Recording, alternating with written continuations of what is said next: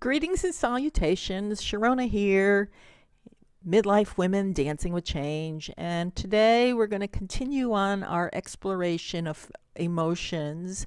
The last few days I was exploring mad, anger, and today we're going to talk about sad, feeling sad, Patty. And before I begin, I want to distinguish between feeling sad and depression. Sad and depression in our society has been kind of put together because one symptom of depression is sadness, but it's not the only symptom. And when we call depression just feeling really sad and happiness is a choice, we minimize the illness. Depression is an illness. It happens over many months, many years. It's not a choice. It's like cancer. Cancer is not a choice. Depression is not a choice. Clinical depression. And even major depression from it's just not a choice. So I want to be very clear. I am talking about the feeling of sadness, that feeling of blue and sorrow and grief and loss, but it's not going to devastate our entire life for a long period. It's usually a shortened period. And besides, the opposite of sadness is happiness, whereas the opposite of depression is buoyancy, passion, fire, vigor, drive. It's spirited, it's energy, it's enthusiasm, whereas the opposite of sadness, like I said, is happiness. It's an emotion. It moves. It moves through us. And sometimes with sadness there is maybe some pain, but it's not excruciating pain. So sadness is more about that feeling of in that moment of feeling maybe missing someone, or we might get sad watching a movie, or what they call tear jerkers. Might be sad reading a quote or a story. There might be a little bit of sorrow again. So sadness. Now, the other thing about sadness is sometimes, for some of us, when we are feeling sad, we cry.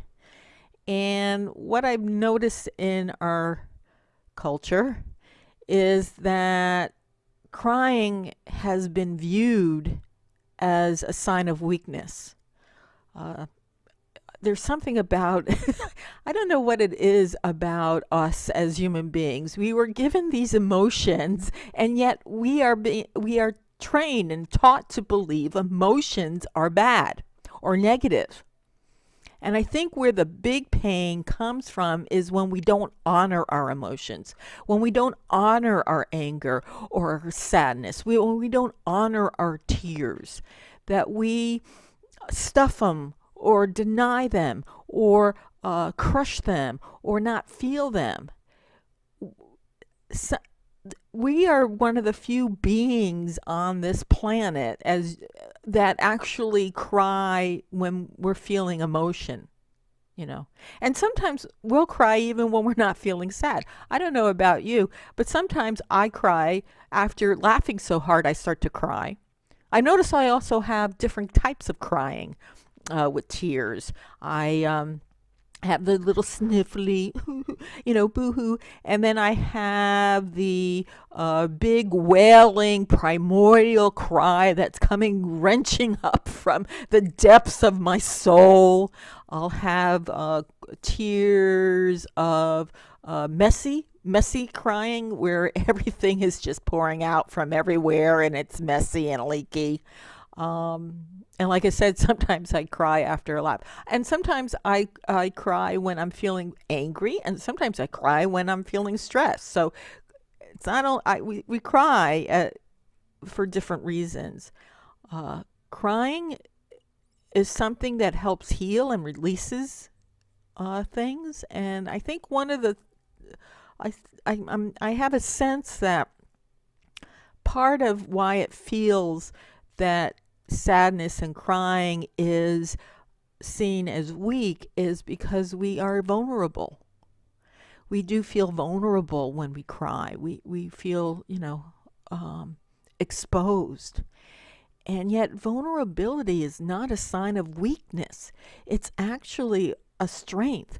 It is where courage and change and creativity spring off of. Being vulnerable is not a being weak. Crying is not a sign of weakness.